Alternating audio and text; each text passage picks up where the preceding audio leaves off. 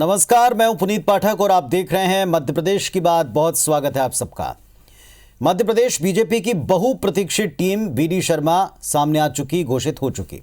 लंबे चेहरों वाली एक युवा टीम तैयार है। आने वाले वक्त में 2023 के विधानसभा चुनाव हों या मौजूदा चुनौतियां, इन सब से निपटने के लिए टीम को काफी काम करना है। लेकिन इस संतुलित बताई जा रही टीम में सिंधिया समर्थकों को तरजीह नहीं दी गई। इस बात पर कांग्रेस ने कटाक्ष किया और सिंधिया समर्थकों के राजनीतिक भविष्य पर सवालिया निशान तक लगा दिया। यहां तक कहा कि आगे आगे देखिए कैसे सिंधिया हाशिए पर डाले जाते हैं। 30 सदस्यों वाली टीम के सामने चुनौतियां काफी हैं, लेकिन फिलहाल क्या इस टीम को लेकर पार्टी के भीतर शांति है, संतुष्टि है, ये कहीं बड़ा सवाल।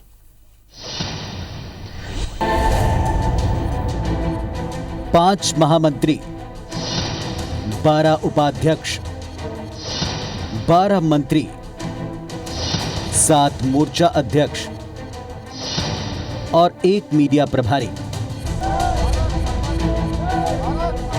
यह है बीजेपी के प्रदेश अध्यक्ष विष्णुदत्त शर्मा की नई टीम। शर्मा की इस टीम में पुराने जमे हुए लोगों में से सिर्फ 4 को वापस जगह मिली है। साफ है, प्रदेश बीजेपी की टीम में बड़े बदलाव हुए हैं।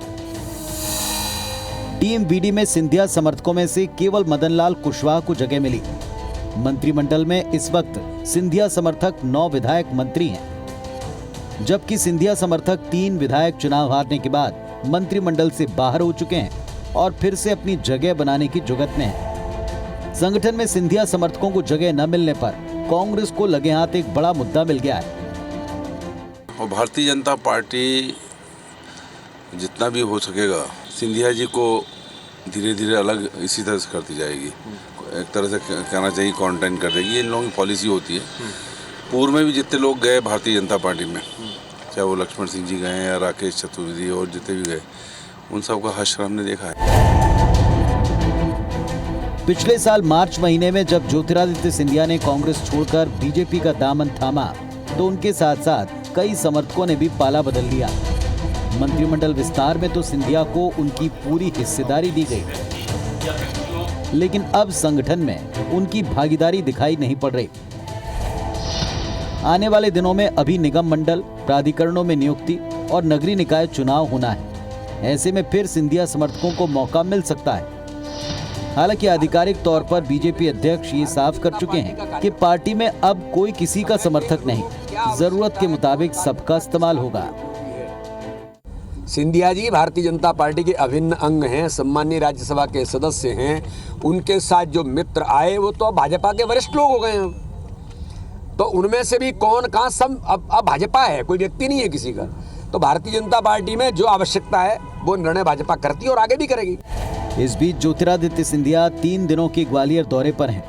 बहुत मुमकिन है कि इस दौरान उनके समर्थक उनसे मिलकर अपने राजनीतिक भविष्य पर चर्चा करें, क्योंकि गंभीर सवाल उनके दांव पर लगे भविष्य का है। उधर प्रदेश अध्यक्ष वीडी शर्मा भी 17 जनवरी को अपनी नई टीम के साथ पहली बैठक कर आगे की रणनीति बनाएंगे। सवाल इस नई टीम के लिए भी, क्या ये टीम उम्मीदों पर खरा उतरने के साथ साथ सबको साध कर आगे बढ़ पाएगी? सुधीर दंडोतिया, IBC 24, भोपाल। तो किसी भी नई टीम के सामने चैलेंजेस काफ़ी होते हैं और नई टीम अगर युवा चेहरों के साथ में हो तो एक नई ऊर्जा तो आती है, लेकिन साथ ही साथ बड़ी जिम्मेदारियों को संभालने के लिए पुराना तजुर्बा, बड़े नेताओं से मिलकर मेल मुलाकात करके उनके तजुर्बे का लाभ उठाकर आगे चलना। इस क्रम में हालांकि भारतीय जनता पार्टी माहिर है, लेकिन जो सवाल, जो प्रश्न चिन्ह कांग्रेस पार्टी ने लगाया है, खासतौर पर सिंधिया समर्थक नेताओं को लेकर, उस पर भी हम चर्चा करेंगे। हमारे साथ दोनों पक्षों से 2 बड़े सबल नेता जुड़े हुए हैं। मुखरता से अपनी बात रखने वाले रजनीश अग्रवाल साहब बीजेपी की तरफ से और जेपी धनोपिया जी कांग्रेस पार्टी की तरफ से बात रखेंगे। आप दोनों को नमस्कार, स्वागत है आपका इस मंच पर चर्चा के लिए।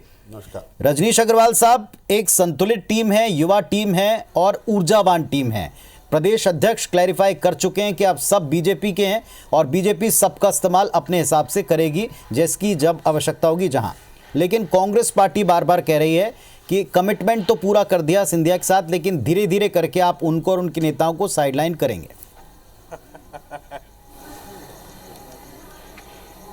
देखिए, कांग्रेस क्या कह रही है, कांग्रेस का नज़रिया क्या है, कांग्रेस की भारतीय जनता पार्टी की टीम के बारे में, पदाधिकारियों के बारे में क्या राय है, इसका कोई महत्व नहीं है। क्योंकि भारतीय जनता पार्टी की सोच समझ संगठन की शैली बिल्कुल अलहदा है, अलग है। इसको भाजपा की ही नज़र से देखना पड़ेगा, भाजपा की रीति नीति के मुताबिक देखना पड़ेगा। भाजपा की परंपरा जो संगठन की है, बड़ी पुरानी परंपरा है, जनसंघ के ज़माने से, उसको देखना पड़ेगा। और उसको देखेगा जो, वो लोग कह देंगे कि नहीं, भारतीय जनता पार्टी भविष्य की राजनीति किस प्रकार की होगी, किस प्रकार से हमें मध्य प्रदेश में आगे बढ़ना है, भारतीय जनता पार्टी के तौर पर उस आधार पर जो सामाजिक क्षेत्रीय तमाम प्रकार का जो राजनीतिक जो आकांक्षाएं अपेक्षाएं, उसके अनुरूप एक भविष्य की दृष्टि वाली टीम भारतीय जनता पार्टी ने बनाई है। अब वो इसके लोग उसके लोग, एक कांग्रेस की सोच हो सकती है। भाजपा में इतनी टीम आई, कोई पहली टीम तो आई नहीं है, इतनी टीमें आई हैं और पहले भी बड़े बड़े दिग्गज नेता मध्य प्रदेश में रहे हैं। कभी ऐसा नहीं होता, कभी इस आधार पर विश्लेषण ही नहीं होता भाजपा की टीम का। ये कांग्रेस की दृष्टि ही ऐसी है, इसलिए इसके लोग वो करते हैं, अभी भी कर रहे हैं, अपनी पार्टी के भीतर करते हैं। नेता प्रतिपक्ष और पीसीसी को लेकर बयानबाजी है, हुड़दंग है। कमलनाथ जी को कोई दिल्ली भेजता है, कोई वापस बुलाने की बात करता है, कोई नेता प्रतिपक्ष बनने की जुगाड़ में रहता है, नाम चलाता है, कोई पीसीसी अध्यक्ष की SC ST की बात करता है। तो ये बयान उनके हैं, हमारे नहीं है, उनकी खुद की पार्टी के बारे में। तो इनकी सोच, इनकी काम करने का ढंग राजनीति में ऐसा ही है। भाजपा को भाजपा के तौर पर देखिए तो आपको लगेगा कि जोरदार प्रभावी टीम भारतीय जनता पार्टी ने बनाई है। चलिए, कांग्रेस पार्टी से भी एक प्रतिक्रिया ले लेते हैं। JP धनोपिया साहब, कांग्रेस पार्टी को क्यों लगता है कि हाशिए पर डाला जा रहा है? उनकी रीति नीति है, उनके नज़रिए से उनकी पार्टी की टीम को देखना पड़ेगा। पुनीत जी, सबसे पहले तो मैं आपके माध्यम से भाई रजनीश अग्रवाल जी को बधाई देता हूं, उनकी टीम को भी बधाई देता हूं कि अच्छा है, अवसर मिला है, काम करने वाले लोगों को आगे आने का मौका मिलता है, अच्छी बात। बहुत धन्यवाद आपका। भारतीय जनता पार्टी का आंतरिक मामला है। कार्यकारिणी में उन्होंने किसको लिया, किसको लेना चाहिए, किसको नहीं लिया, ये उनका आंतरिक मामला है। लेकिन जब चर्चा होती है तो चर्चा के माध्यम से बहुत सी चीज़ निकल के आती हैं, कुछ आप भी सुनना चाहते हैं, कुछ जनता को भी सुनाना चाहते हैं, इस तरह की बातें होती हैं। मैं समझता हूं कि 4 साल के बाद कार्यकारिणी का गठन हुआ है और 1 साल से तो आदरणीय BD शर्मा जी खुद अध्यक्ष बन के इंतजार कर रहे थे, जब जाके हो पाया। मुझे तो इस बात की तसल्ली है कि अच्छा है, कम से कम भारतीय जनता पार्टी की जो टीम अभी आई है, ये शुद्ध भाजपा की टीम दिख रही है, मिलावटी लोगों को इससे दूर रखा गया है। ये एक बहुत अच्छी बात है। कम से कम भारतीय जनता पार्टी के चरित्र के हिसाब कर देखें, जैसा हम लोग कहते हैं कि भाजपा लोगों के साथ यूज एंड थ्रू करती है, वो इन्होंने करना दिखा दिया और बात सामने नज़र आ रही है।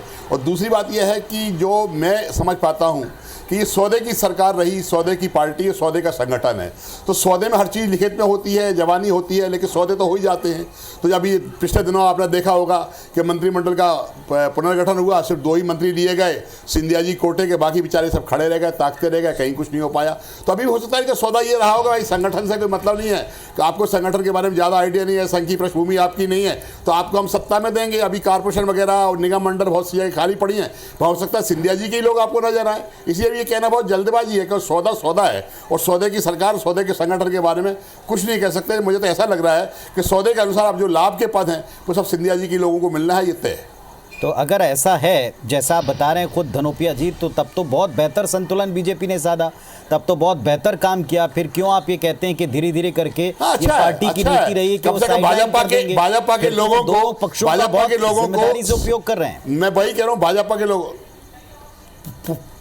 पुनीत जी, भाजपा के लोगों को कम से कम जिनने बेचारे दरियां उठाई, जिंदगी निकाल दी, उनको मौका नहीं देंगे वो सत्ता में आने का। उनको तो वही रखेंगे, क्योंकि उनका तो कोई वो नहीं है। उन लोगों को लाएंगे जिनके कारण उनकी सरकार बनी है, जिनका मांग, उधार का सिंदूर उनकी मांगे भरा है, उनको फायदा देंगे, उनको लाभ देंगे। बेचारे खाटी भाजपा के लोग बैठे रहेंगे। अगर अब मंत्रिमंडल पुनर्गठन में अगर व्यवहार ठीक किया होता तो आज मध्य प्रदेश में विंध्य प्रदेश बनने की मांग नहीं उठ रही होती। आप देख रहे हैं विंध्य को इस तरह इग्नोर कर दिया इन लोगों ने, परिणाम क्या हुआ? अब विंध्य की इनके ही लोग विंध्य प्रदेश बनाने के अलग से मांग करने लगे। अब ये शुरू धीरे धीरे सब चीजें होती रहेंगी। और भारतीय जनता पार्टी में आज की तारीख में मेरी जानकारी अनुसार 35 से ज्यादा विधायक असंतुष्ट हैं, जो इस मौके की तलाश में है किस तरह से क्या किया जाए। तो हालात तो बिगड़ेंगे, इसमें कोई दो मत नहीं है। कार्यकारिणी अग्रवाल साहब, आप उत्तर देना चाहेंगे धनोपिया जी की बातों का? विंध्य की उपेक्षा के आरोप आपकी पार्टी के भीतर से भी लगे, महाकौशल के असंतुलन की बात पार्टी के वरिष्ठ नेता ने भी उठाई और कांग्रेस ने जब जब उन्होंने बात उठाई तब तब इसे और आगे बढ़ाया।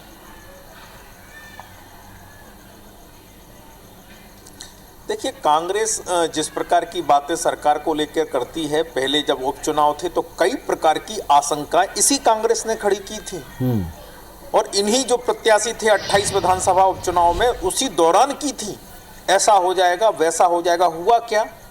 जो केंद्रीय नेतृत्व, प्रदेश नेतृत्व ने तय किया, बूथ के नेतृत्व में ने वो अमली जामा पहनाया। 50,000, 60,000, 40,000 के मतों से अंतर से भारतीय जनता पार्टी के वो प्रत्याशी जो अभी अभी कांग्रेस से आए थे, उनको जिताने का काम किया। ये बिरला उदाहरण है। वो भारतीय जनता पार्टी का कार्यकर्ता ये रीति नीति उस अनुशासन के साथ में, संकल्प के साथ में बंधा होता है, और है, सिद्ध किया है। और इसमें कहीं कोई संशय नहीं, कहीं कोई संदेह नहीं भारतीय जनता पार्टी के भीतर कि ये जो सरकार है, ये सरकार सिंधिया जी और उनके साथ में आए हुए लोगों के कारण बनी है। भारतीय जनता पार्टी की सरकार बनाने के पीछे सबसे बड़ा कारण वो है। तो उनका स्थान, उनका सम्मान, क्योंकि वो वहाँ त्याग करके आए। मंत्री तो वहाँ भी थे, विधायक तो वहाँ भी थे, तो फिर क्या जरूरत थी? लेकिन सवाल विकास का था, सवाल सुशासन का था, गरीबों की योजनाओं का था, किसानों के साथ धोखाधड़ी जो कांग्रेस ने की थी उसका मामला था, इसलिए आई। तो ये इनको जनता को समझ में आती है, कांग्रेस को अभी भी समझ में नहीं आती। भारतीय जनता पार्टी का काम करने का ढंग, तौर तरीका भारतीय जनता पार्टी का सबको पता है। मैंने कई बार कहा, कोई नई नवेली एक चुनाव के लिए बनी पार्टी नहीं है, कुकर मुद्दे की तरह की पार्टी नहीं है। जनसंघ से लेकर आज तक मध्य प्रदेश देख रहा है, मध्य प्रदेश ने पीढ़ियों से इस पार्टी को देखा है, जनसंघ के तौर पर भी, जनता पार्टी के तौर पर भी और भाजपा के तौर पर भी। तो बहुत अच्छे से हमारी रीति नीति को जानते हैं। और स्वयं सिंधिया जी के पिताजी जनसंघ के सब पहली बार जब सांसद बने थे तो जनसंघ से बने थे। उनकी स्वर्गीय दादी जी जनसंघ को सींचा है, उन्होंने भारतीय जनता पार्टी को सींचा है, खड़ा किया, संस्थापक सदस्य रही है भाजपा की। तो कौन सी बात कर रहे हैं साहब, कहाँ की बात कर रहे हैं? उनकी रगों में, उनके दिमाग के में वही विचारधारा बसी रही है। एक सांस्कृतिक विरासत उनकी है, एक पारिवारिक विरासत उनकी है। उसके तौर पर आप देख लीजिए, उनकी बुआ एक मुख्यमंत्री रही राजस्थान की, यहाँ कैबिनेट मंत्री रही और नहीं, लेकिन रजनीश जी इस संस्कृति में, राजनीति को भारतीय जनता पार्टी की संस्कृति में किसी भी तरीके से कोई भी दबाव या किसी भी तरीके से किसी एक परिवार या एक समर्थकों की लाइन को पूरी तरह तरजीह देना अब तक हुआ नहीं। इसलिए चुनाव के वक्त भी सवाल उठा था, बार बार उठा था। अब चूंकि आप भी इस टीम का बड़ा एक्टिव सदस्य हैं, आपको मैं भी बधाई देता हूं तमाम दर्शकों की तरफ से कि आपको भी एक बहुत अच्छी जिम्मेदारी इसमें मिली। क्या इस टीम के सामने एक बड़ा चैलेंज नहीं रहेगा, जो आपने कहा बिल्कुल ठीक कहा कि ये सरकार कैसे बनी सबको पता, मैं दोहराऊंगा नहीं, लेकिन अब जिस तरीके से आपको आगे लेके चलना है, ये हमेशा एक थोड़ा संघर्ष कुछ समय तक तो बना ही रहेगा, 2023 तक तो बना ही रहेगा कई सारे लोगों के बीच में, कि जो नए आए हैं उनको उनकी वरिष्ठता के मुताबिक काम देना और अपने जो पुराने सदस्य हैं उनको काम लेकर के 2023 की विक्ट्री को इससे बड़ा बनाना। क्या इस टीम का सबसे बड़ा दायित्व और सबसे बड़ा चैलेंज ये नहीं है? क्योंकि ये असंतुलन की बातें हैं, ये थोड़ा उठापटक की चीज़ें बड़े परिवार में होती हैं, और ये आप लोगों के लिए बड़ा चैलेंज है। नहीं, देखिए, पहली बात तो ये है कि बिल्कुल आपने सही सवाल उठाया। परिवार का आपने उदाहरण दिया, बड़ा परिवार, तो परिवार चेतना के स्तर पर जुड़ा होता है। एक को दुख होता है, दर्द होता है, तो दूसरा परिवार का सदस्य उसके लिए खड़ा होता है, रात भर जागता है, उसकी सेवा शुश्रूषा करता है। तो परिवार का भाव एक होता है, चाहे वो छोटा हो या घर का बड़ा सदस्य हो, बुजुर्ग सदस्य हो या बिल्कुल नया नवेला शिशु हो, सबके साथ में एक जैसा व्यवहार होता है। परिवार में ये भाव परिवार का भाव कहलाता है। एक बात। दूसरी बात क्या है, साथ चलने का अभ्यास जब होता है, तो जब युद्ध काल होता है, सेना उसके लिए तैयार रहती है, चुनाव के लिए तैयार रहती है। हमारी गतिविधियाँ अभी लगातार चल रही हैं, तो साथ चल रहे हैं, साथ चलने का अभ्यास हो रहा है। सेना कदम ताल करती है ना, उनके अभ्यास क्यों चलते हैं पूर्व अभ्यास शांति काल में? इसीलिए कि उनको साथ चलने, साथ लड़ने, साथ बढ़ने का अभ्यास हो। और इसी तौर पर संगठन होता है कि हम अपने साथ में सामूहिक चिंतन, सामूहिक निर्णय के आधार पर बढ़ें, साथ साथ बैठें, साथ साथ सोचें, साथ साथ विचार करें, गतिविधियों को क्रियान्वित करें। इसलिए गतिविधियां भारतीय जनता पार्टी की लगातार, हम तो कार्यकर्ता आधारित संगठन है। आज बड़े तादाद में गतिविधियां भारतीय जनता पार्टी की चल रही हैं। मंडलों के प्रशिक्षण हुए हैं तेजी के साथ, वो मंडलों की कार्यकारिणी हुई, जिलों की कार्यकारिणी आने वाले समय में घोषित होने वाली है, उसकी पूरी कंप्लीट एक्सरसाइज हुई। एक सुई खनकने की आवाज आई हो तो बताइए मुझे। ठीक है, धनोपिया जी से मैं एक सवाल पूछता हूँ। आवाज भी आई हो कहीं दूर जी, धनोपिया जी, जब चुनाव का वक्त था तब लगातार जो परिस्थितियां थी सबके सामने थी, बार बार कांग्रेस ने कहा देखिएगा क्या हश्र होगा। अब जब ये टीम बनने वाली थी तब भी कहा टीम बन जाने दीजिए, देखिए क्या होगा। अभी भी कांग्रेस की कमोबेश प्रतिक्रिया यही है कि आप आगे देखें 23 के चुनाव में क्या होगा। क्या हर बार कांग्रेस को जो लगता है कि अवसर होगा और वो कांग्रेस हर बार इस प्रशासनिक जी केवल 30 सेकंड में जी जी जी कहें अपनी बात कह लें। आदरणीय सिंधिया जी, मेरे पास भी उनका फोन आया था जैसे ही मेरी नियुक्ति की घोषणा हुई। उन्होंने शुभकामनाएं दी, बहुत अच्छा निर्णय हुआ। जबकि मैं मूल रूप से इस विचारधारा में पला बड़ा व्यक्ति हूँ। मेरे तक कहीं दूर दूर तक कांग्रेस से और सिंधिया जी से भी संबंध नाता नहीं रहा। ठीक बात। और मैं भोपाल आऊंगा तो अवश्य मिलूंगा। परिवार को शुभकामनाएं, बधाई तमाम प्रकार से उन्होंने, तो ये जोड़ है। उन्होंने भी अपनाया है, हमने भी अपनाया है। यही तो भावना परिवार की होती है। ठीक है धनोपे जी, क्या हर बार कांग्रेस को उम्मीद लगती है कि खटपट होगी, लाभ इसका मिलेगा, हर बार निराशा हाथ लगती? देखिए, मेरे मित्रों ने विधानसभा के उपचुनाव की बात करी। उपचुनाव के परिणाम ही तो जनता के गले नहीं उतर रहे हैं। उदाहरण के तौर पे आप कहीं मत जाइए, भोपाल के पास सांची चले जाइए, वहाँ के वरिष्ठ भाजपा नेता गौरीशंकर शेजवार उनके पुत्र को भारतीय जनता पार्टी ने बाहर कर दिया कि आपने सबोर्डिनेट किया है। 4,000 5,000 रिजल्ट वाले 65,000 पे आ रहे हैं, 70,000 पे आ रहे हैं। तो उसमें हम जाएंगे तो विषय विषांतर हो जाएगा। और दूसरी बात, भारतीय जनता पार्टी के मित्रों की भाषा बदलने का आप देखें तो कितने गुणगान कर रहे हैं सिंधिया खानदान के। इससे पहले शिवराज सिंह चौहान बोलते थे खूब लड़ी मर्दानी, वो तो झांसी वाली रानी थी। ये वही लोग हैं। इससे पहले सिंधिया जी बोलते थे शिवराज के हाथ खून से रंगे हुए, ये वही सिंधिया जी थे। और सिंधिया जी के परिवार का डीएनए तो वही है ना भाई। चाहे झांसी की रानी की देख लें, चाहे सम्मिश्र सरकार को देख लें, चाहे इनके पिताजी ने मध्य प्रदेश की दूसरी कांग्रेस बनाई थी, सरकार बनाई थी, वो पार्टी बनाई थी विकास पार्टी, वो देख लें, या सिंधिया जी को देख लें, इनका चरित्र वही है, डीएनए है उनका इस तरह का। तो इसमें कौन सी बड़ी बात है? ये सब एक ही थैली के चट्टे बट्टे इकट्ठे हो गए हैं, इसलिए इस तरह की भाषा की बात कर रहे हैं। बर्बाद तो किया है इन लोगों ने देश में। आज तक का इतिहास देख लीजिए, आज तक की परिस्थितियां देख लीजिए। मैं आपसे निवेदन करना चाहता हूं, भारतीय जनता पार्टी कुछ भी कर ले, जनता सब समझती है, परिस्थितियां होती हैं, लेकिन आने वाले समय में अभी नगरीय निकाय चुनाव हो जाने दीजिए, देख लीजिए क्या स्थिति बनती है। नगरीय निकाय चुनाव में कांग्रेस पार्टी से मजबूती के साथ में आगे आएगी, सामने आएगी, परिणाम आपको देखने को मिल जाएंगे। भारतीय जनता पार्टी के मित्र बहुत बातें करते हैं, अरे सौदे के लोग हैं भाई, वो त्याग करके नहीं आए, करोड़ों रुपए लेके आए हैं। 1.25 साल के लोगों को आपने मंत्री बना के बिठा रखा है, और भाजपा के लोग जो 5-5 6-6 बार के विधायक हैं, बेचारे दरी उठाते थक गए, उनको आपने बाहर खड़ा कर रखा है। सौदा है, ये बेईमानी है, लोकतंत्र को कलंकित करके सरकार बनाई है। इस देश के अंदर इतिहास कहीं पर भी इतना गवाह नहीं होगा कि लोगों को इस तरह इकट्ठे एक साथ करके सौदे किए गए हों, उनको वो किया गया हो। ये लालच है, और लालच लोकतंत्र में देना निश्चित रूप से जनता के साथ विश्वासघात करना है। इस विश्वासघात का परिणाम और उसका जो बहुत जल्दी इनको खामियाजा भुगतना पड़ेगा। अभी कितने ही कर लें, 23 में देखिए निश्चित तौर पर इसका जवाब अग्रवाल साहब देना चाहेंगे, लेकिन एक ब्रेक का वक्त हो गया है। क्या होगा ब्रेक के बाद आपके हर एक आरोप का जवाब मैं जरूर लूंगा। रजनीश जी, धनोपिया जी की बातों का जवाब देना चाहते हैं? देखिए, इन बातों का जवाब तो जनता ने दिया ना। भारतीय जनता पार्टी तो दे ही रही है, जनता ने दिया, धमाके से दिया, जोरदार दिया, दोनों गालों पर दिया। फिर ये ईवीएम की बात, यहाँ की बात, ये बात, वो बात करना शुरू कर दी है। इससे काम चलने वाला नहीं है। लोकतंत्र में जनता बड़ी होती है, जनार्दन बड़ी होती है। और अगर आप समझो तो ठीक है, नहीं समझो तो ठीक है। आप मुद्दे पर चर्चा कर नहीं पाते, आप जो जनता की जनादेश होता है उस पर आप चर्चा कर नहीं पाते, उसको आप दाएं बाएं करने का प्रयास करते हो। स्वीकार आप करने थे, नगरीय निकाय के चुनाव आने वाले हैं, उसके परिणाम आएंगे तो उसके नहीं, आप तो बैलेट पेपर से करवाइए, तब हम मानेंगे। क्या होता है? अरे क्या ये उनके सूत्रवाक्य होते हैं। अगर आप बैलेट पेपर से दोष अपने नेतृत्व को देना नहीं चाहिए। मैया की मेहरबानी है, पूरा दिल्ली से जिन लोगों ने आज तक भी लगातार कमलनाथ जी के नेतृत्व को समझने का काम किया, जिन्होंने लगातार नहीं कांग्रेस के नेताओं ने किया, और दिग्विजय सिंह जी पर करने का किया। एक ही इनके विधायक बोले थे कि दिग्विजय सिंह जी को मौका नहीं दिया, कमलनाथ जी ने उपचुनाव हार गए। लड़ाई तो इनके भीतर खुद मची हुई और आज भी है। रजनीश जी, केंद्रीय नेतृत्व इनको छोड़ दिया है। जीतने के लिए राहुल गांधी जी, प्रियंका गांधी जी बनती नहीं है बिल्कुल भी कमलनाथ जी से। कोई यहाँ के नेता उनको दिल्ली भेजना चाहते हैं, वहाँ दिल्ली में वो कहीं किसी भी प्रकार से स्वीकार नहीं किए जाते।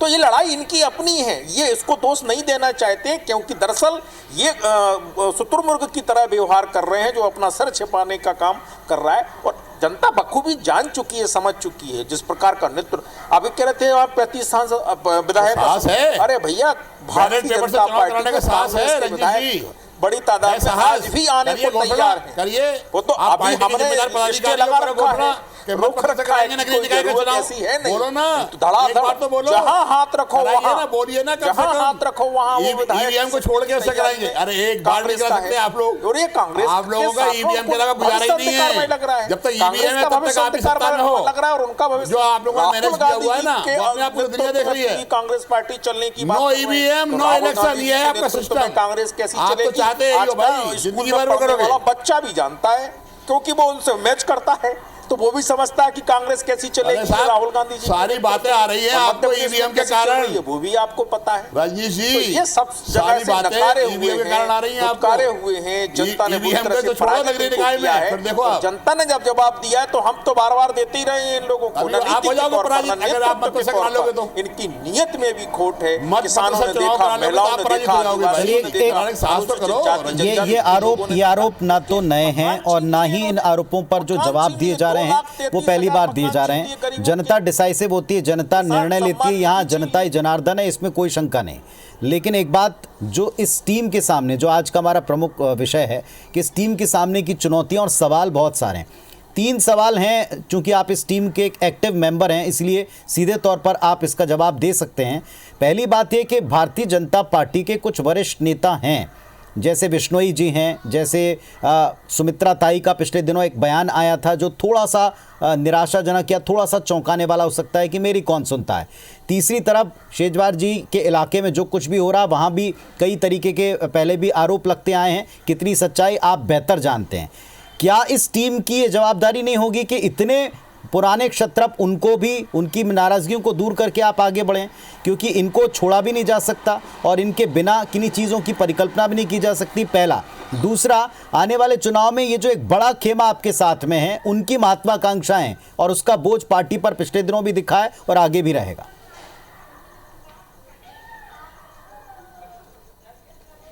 देखिए, दोनों सवालों के जवाब देता हूँ। पहली बात तो ये है कि जिन वरिष्ठों को आप नाराजगी की बात कर रहे हैं, वो अजय बिश्नोई जी स्वयं कह रहे हैं मैं पार्टी का सिपाही हूँ, संगठन का सिपाही हूँ। सिपाही की भूमिका क्या होती है आप भी बखूबी जानते हैं। सुमित्रा ताई का ममत्व इस पार्टी के साथ रहा है, संदेह करना उनका अपमान होगा, संदेह करना उनका अपमान होगा। मैं उल्टा कहता हूं कि इन वरिष्ठ नेताओं की जिम्मेवारी है कि प्रदेश की टीम ठीक काम करे, ठीक दिशा में चले और अपनी पूरी योग्यता और अनुभव का समर्पण करते हुए भारतीय जनता पार्टी को आगे बढ़ाए। ये इस नेतृत्व का जिम्मा है।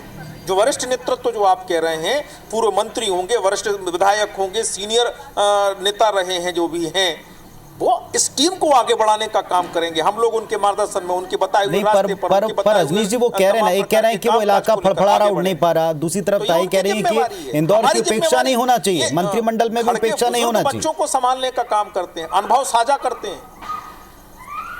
देखिए, उन्होंने जो कहा उसका इंटरप्रिटेशन आप लोग अपने अपने ढंग से करो। उन्होंने जो कहा वो सबके सामने कहा, खुल के कहा। उन्होंने इस प्रकार की कोई बात नहीं की। मैं कह रहा हूं कि सुमित्रा ताई का ममत्व भारतीय जनता पार्टी के साथ में सदा था, है और रहेगा। इस पर संदेह करना, उनके ममत्व पर संदेह करना उनका अपमान होगा और मैं किसी को ये हक नहीं देता कि वो उनका अपमान करे। ठीक है, चलिए धनोपिया जी, मेरा किसी का भी अपमान करने का मकसद नहीं हो सकता। वो इतने वरिष्ठ नेता हैं और उनका इतना लंबी लेगेसी है कि किसी का अपमान, लेकिन उनके उठाए हुए सवाल उसको इग्नोर भी नहीं किया जा सकता, उनके उठाए हुए शंकाओं को इग्नोर भी नहीं किया जा सकता। था, है और रहेगा। ठीक है, और उन्होंने ये सवाल उठाया। चलिए धनोपिया जी से सवाल है, वक्त क्योंकि कम है। धनोपिया साहब, इस नई टीम के सामने जो चैलेंज है वो है, आप इस टीम से कैसे निपटेंगे? कुछ सवाल अभी भी पार्टी के भीतर हैं जो अनुत्तरित रहे हैं। आप जो आरोप अभी लगा रहे हैं वो चुनाव में भी लगाए थे और आगे चुनाव में भी आप लगाएंगे, कैसे निपटेंगे आप इनसे? देखिए पुनीत जी, आप बहुत वरिष्ठ पत्रकार हैं, समझते हैं किसी भी चीज़ का समाधान कैसे होता है। बहुत अच्छी कार्यकारिणी बनाने का दावा कर रहे हैं, युवाओं की दावा कर रहे हैं और 23 का चुनाव अपना टारगेट लेके चल रहे हैं। मैं तो खुली चेतावनी देता हूँ, ये पूरी की पूरी टीम अगर साहस है, नगरीय निकाय के चुनाव मत प्रतिशत करा ले, अपनी हैसियत देख ले, कहाँ खड़ी भाजपा, करा ले, है साहस? कुछ नहीं कराने वाले ये लोग। ये तो ईवीएम के नाम पर जिंदा हैं। ईवीएम इनके लिए सहारा मिल गई है और ऊपर से लेकर नीचे तक पूरी कुएं में भांग घुली हुई है। कराइए ना मत से चुनाव, बता दीजिए आप अपनी हैसियत कि देखिए हमारी टीम कितनी मजबूत है, देखिए हम कितने पहलवान हैं, देखिए हमने नगरीय निकाय चुनाव जिता लिए मत से। करिए ना, अरे डिबेट कराइए ना, घोषणा। आप बड़ी बातें कर रहे हो ना, हमारी टीम आ गई है। अरे भाई साहब, भारतीय जनता पार्टी का ईवीएम के साथ जुड़ गया है, जनता समझ जाएगी। ईवीएम नहीं होगी आप लोग दिखोगे नहीं, कहीं मालूम नहीं पड़ेगा कहाँ पर है आप लोग। नगरीय निकाय चुनाव में कराइए घोषणा, मैं तो आपको खुली चुनौती देता हूँ। अगर आप नगरीय निकाय चुनाव में जीत जाएंगे तो मैं आपके साथ चलिए कैसे आप निपटेंगे सवाल है, और इस सवाल का जवाब आपने कहा कि आप चुनाव करा के देख लें। चुनाव तो कसौटी है, चाहे इस दल की, चाहे उस दल की, चाहे इस टीम की, चाहे उस टीम की, और इसमें आप दोनों को जाना ही पड़ेगा, आज नहीं तो कल, तारीखों का ऐलान होने के बाद। लेकिन फिलहाल इस टीम के सामने जो कुछ प्रमुख सवाल हैं, जिन्हें चाहे स्वीकारें, चाहे जिन्हें आप जिनके ऊपर पर्दा डालें, लेकिन उनका जवाब ये टीम कैसे देती है, कैसे निपटती है, जरूर प्रदेश देखेगा और प्रदेश की पार्टी इकाई देखेगी। बहुत धन्यवाद, नमस्कार।